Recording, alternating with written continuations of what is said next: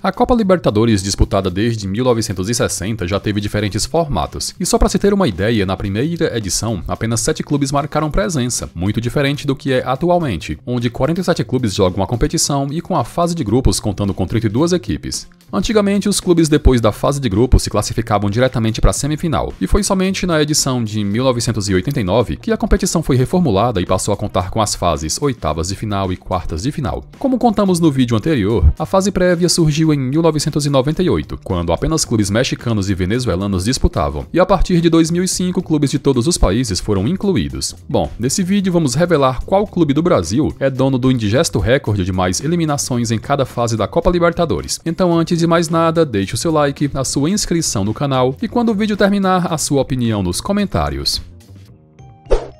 Bom, como já falamos anteriormente, a fase prévia da Copa Libertadores só passou a ser válida para clubes do Brasil a partir de 2005, e o primeiro time do Brasil que jogou essa fase foi o Palmeiras, que na ocasião eliminou o Taquari do Paraguai. O Corinthians tem um sério problema quando o assunto é a fase prévia, já que o clube das 4 vezes que jogou essa fase foi eliminado em 3. Terceiro colocado na Série A de 2010, o Timão teve que jogar a fase prévia em 2011, e o adversário foi o Deportes Tolima da Colômbia. O primeiro jogo disputado no Pacaembu terminou empatado em 0-0, e bastava um empate fora de casa, desde que seja com gols, para o Timão avançar. Porém, o Tolima surpreendeu e venceu por 2-0, acabando com a carreira de Ronaldo Fenômeno, que, bastante cobrada pela torcida corintiana, resolveu se aposentar. O Corinthians terminou na 8ª posição no Brasileirão de 2019 e com isso garantiu presença na fase prévia da Libertadores de 2020. O adversário do Corinthians foi o Guarani do Paraguai, adversário esse que já havia aprontado para cima do Timão em 2015, quando surpreendeu nas oitavas de final e ficou com a vaga. O primeiro jogo disputado no Paraguai terminou 1-0 e no jogo da volta em São Paulo, o Corinthians chegou a abrir 2-0, mas ficando com um jogador a menos, permitiu que o Guarani diminuísse para 2-1, e como a regra do gol qualificado ainda era válido, o Guarani avançou de fase. O Corinthians na Série A de 2024 passou um bom tempo na zona de rebaixamento, mas dando uma absurda arrancada na reta final, chegando a vencer 9 jogos seguidos, conseguiu se classificar para a Copa Libertadores. A estreia do Timão foi diante do Universidad Central da Venezuela, quando de forma apertada avançou com 4-3 no agregado. Na fase seguinte, o adversário foi o tradicional Barcelona de Guayaquil, e logo no primeiro jogo, o Corinthians levou uma sapatada de 3-0, deixando a tarefa na partida de volta muito difícil. Apenas vencendo por 2-0, o Corinthians mais uma vez amargou a eliminação na fase prévia, sendo de longe o time brasileiro com mais eliminações nessa fase.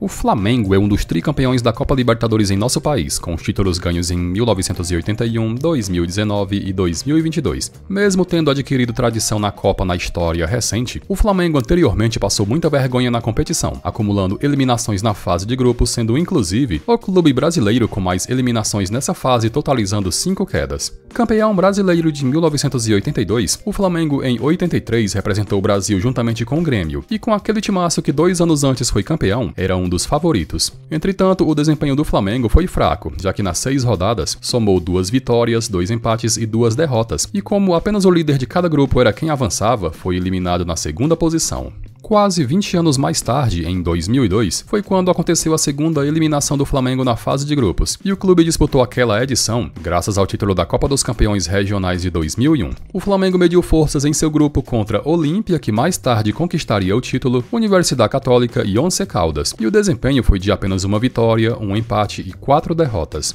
10 anos depois, em 2012, o Flamengo disputou a Libertadores graças à 4ª colocação na Série A de 2011, e inicialmente o clube estreou na fase prévia, quando eliminou o Real Potosí da Bolívia com 3-2 no agregado. Caindo no grupo 2, o Flamengo duelou contra Lanús, Emelec e Olímpia, e quase que o clube avançava ao mata-mata, mas uma combinação de resultados na última rodada tratou de atrapalhar os planos. A campanha foi de 2 vitórias, 2 empates e 2 derrotas. Em 2014, o Flamengo disputou a Libertadores graças ao título da Copa do Brasil de 2013 ganho sobre o Atlético Paranaense. Em seu grupo, o Flamengo mediu forças contra Bolívar, León do México e Emelec, e somando 2 vitórias, 1 empate e 3 derrotas, outra vez amargou a eliminação na fase de grupos. O Flamengo em 2017 jogou a Libertadores graças à 3ª colocação na Série A de 2016, e nessa edição o clube foi pela 5ª e última vez até hoje eliminado na fase de grupos. Os adversários foram São Lourenço, Atlético Paranaense e Universidad Católica, e somando 3 vitórias, nenhum empate e 3 derrotas, de novo caiu na fase de grupos. Se pelo menos tivesse empatado uma vez fora de casa, teria avançado de fase. Como já mencionado no início do vídeo, a fase oitavas de final passou a ser disputada a partir do ano de 1989. E sabe qual o time com mais eliminações nessa fase? Não sei de nada, não sou... Mano...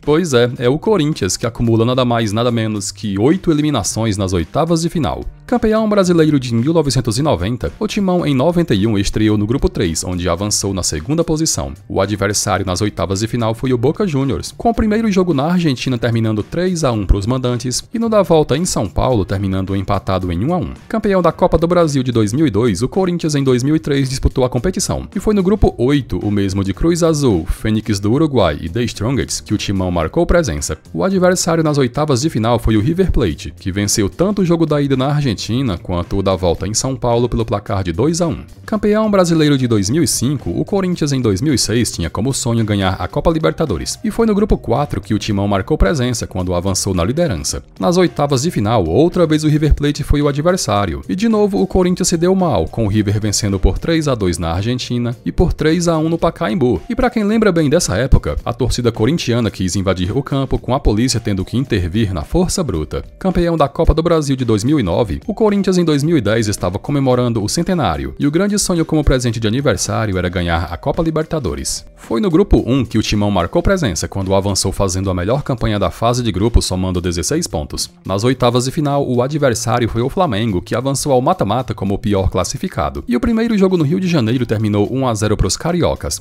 Na partida de volta no Pacaembu, o Corinthians chegou a abrir 2-0, resultado que seria suficiente para avançar, mas o Flamengo diminuiu para 2-1 e o resultado terminou assim mesmo, com o gol marcado fora de casa dando a classificação para o rubro-negro. O Corinthians em 2012 enfim conquistou a tão sonhada Copa Libertadores quando derrotou na final o Boca Juniors. Com isso, o Timão garantiu presença na edição seguinte, a de 2013, e foi no grupo 5 onde esteve presente e avançou na liderança. O adversário nas oitavas de final foi o Boca Juniors, e o primeiro jogo na Argentina terminou com vitória do Boca por 1-0. Na partida de volta, o jogo terminou empatado em 1-1, mas quem assistiu aquele jogo sabe muito bem o quão prejudicado foi o Corinthians, com o juiz paraguaio Carlos Amarilha fazendo uma verdadeira operação sem anestesia. O Corinthians em 2015 disputou a Libertadores graças à quarta posição no Brasileirão de 2014, e inicialmente o Timão disputou a fase prévia, quando sem maiores problemas despachou o Once Caldas, caindo no grupo 2, considerado o da morte, pois contava também com São Paulo e com o atual campeão São Lourenço.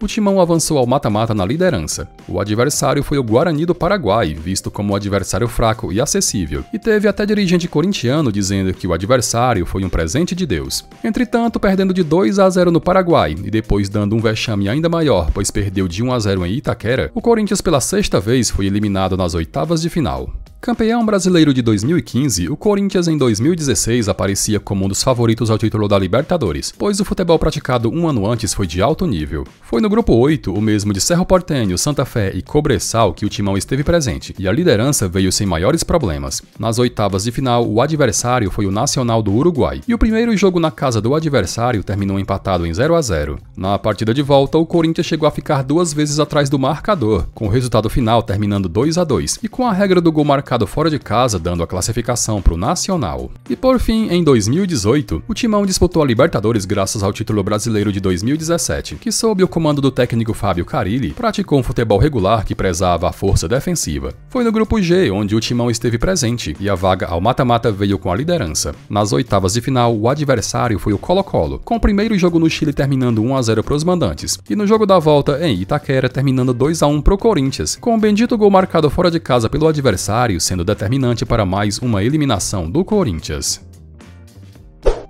O Cruzeiro possui 2 títulos da Copa Libertadores, ganhos em 1976 sobre o River Plate e em 1997 sobre o Sporting Cristal. E a última edição que o clube esteve presente foi a de 2019, quando acabou eliminado nas oitavas de final. O Cruzeiro possui um feito que nenhum outro clube do Brasil possui, que é o de nunca ter sido eliminado na fase de grupos em 17 participações. Entretanto, é o Cruzeiro, dentre os clubes do Brasil, o que mais vezes foi eliminado na fase quartas de final, com o Cabuloso acumulando 5 quedas nessa fase. Campeão da Copa do Brasil de 2000, o Cruzeiro em 2001 estreou no grupo 4, quando avançou na liderança somando 16 pontos. Nas oitavas de final, despachou o El Nacional do Equador vencendo os 2 jogos. Aí chegou às quartas, e pela frente o duelo foi contra o Palmeiras, Palmeiras. O primeiro jogo em São Paulo terminou empatado em 3-3 e na volta em Minas Gerais empate de 2-2. E como na época a regra do gol fora de casa não era válida, os pênaltis tiveram que acontecer, com o Palmeiras sendo mais efetivo ao converter 4 cobranças contra 3. O Cruzeiro em 2010 disputou a Libertadores graças à quarta colocação na Série A de 2009 e inicialmente o clube teve que jogar a fase prévia quando despachou o Real Potosí da Bolívia com extrema facilidade. Na fase de grupos, o Cruzeiro avançou ao mata-mata na segunda posição do grupo 7. Nas oitavas, o clube eliminou o Nacional do Uruguai vencendo os 2 jogos. Nas quartas de final, o Cruzeiro mediu forças contra o São Paulo, com o primeiro jogo em Minas Gerais terminando 2-0 e o segundo em São Paulo também terminando 2-0 pro tricolor. E o curioso é que tanto na ida quanto na volta, os autores dos gols foram os mesmos, o atacante Dagoberto e o meio-campo Hernanes. Campeão brasileiro de 2013, o Cruzeiro em 2014 era o grande favorito ao título da Copa Libertadores, isso porque aquela edição não contou com a participação de nenhum time de São Paulo e muito menos da tradicional dupla argentina Boca Juniors e River Plate. Ainda assim, o Cruzeiro não liderou o seu grupo, já que avançou ao mata-mata na segunda posição do grupo 5, ficando 1 ponto atrás do Defensor.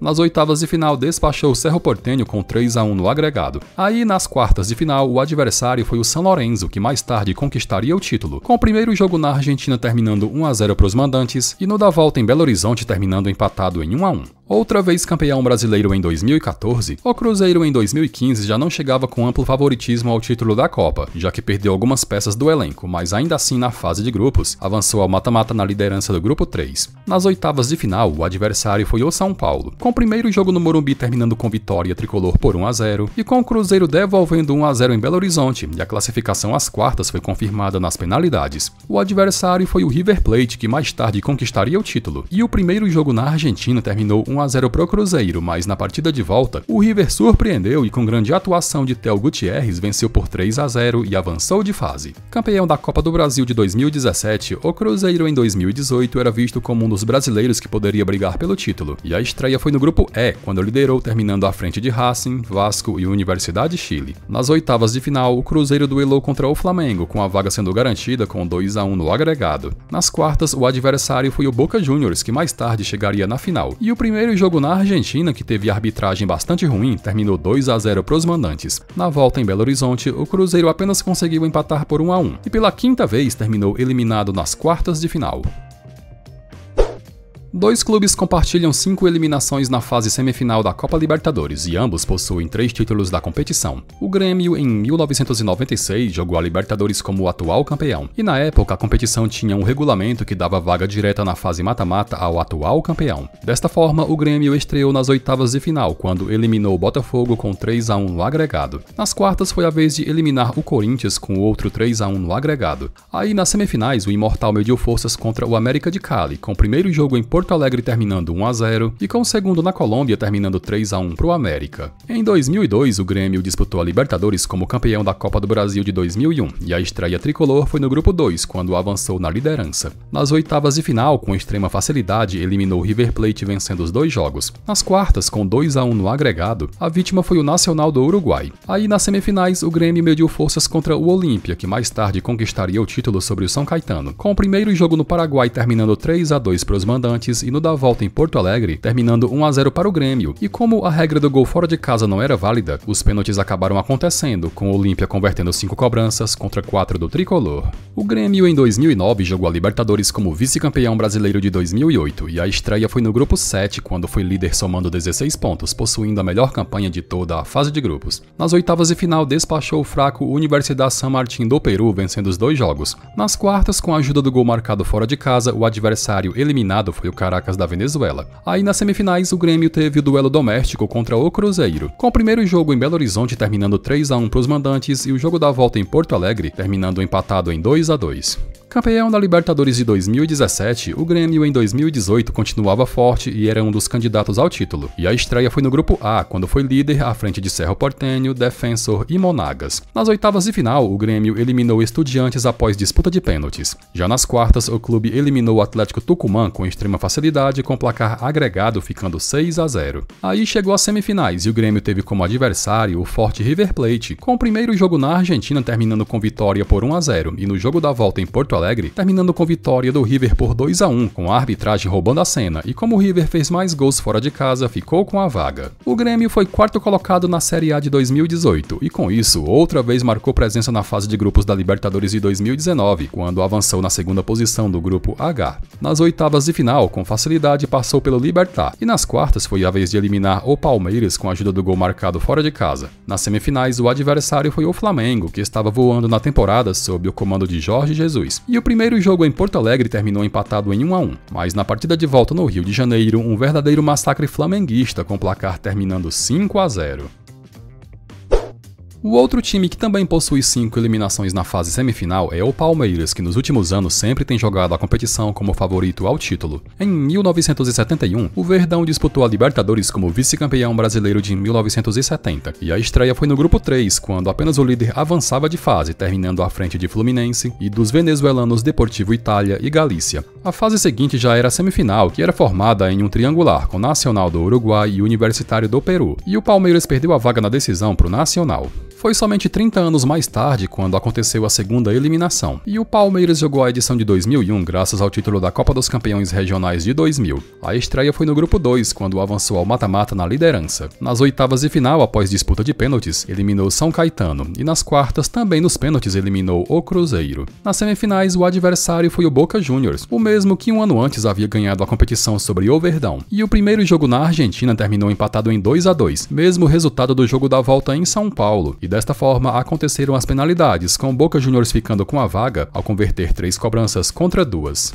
Vice-campeão brasileiro de 2017, o Palmeiras em 2018 era um dos candidatos ao título, e a estreia foi no grupo H, quando avançou na liderança somando 16 pontos. Nas oitavas de final, com 2-1 no agregado, despachou o Cerro Porteño, e nas quartas com facilidade passou pelo Colo-Colo. Aí nas semifinais, o Palmeiras duelou contra o Boca Juniors, adversário esse que enfrentou na fase de grupos e que teve a chance de eliminá-lo lá mesmo. Porém, como o mundo do futebol dá voltas, o time argentino se impôs sobre o Palmeiras e ficou com a vaga com 4-2 no agregado, com o atacante Dario Benedetto sendo extremamente decisivo. O Palmeiras em 2022 vinha de 2 títulos da Copa Libertadores, o de 2020 ganhou sobre o Santos e o de 2021 ganhou sobre o Flamengo, e era inegável o enorme favoritismo para essa edição. O Palmeiras na fase de grupos liderou com 100% de aproveitamento, vencendo todos os jogos. Nas oitavas de final, um massacre para cima do Cerro Porteño, com o agregado ficando 8-0.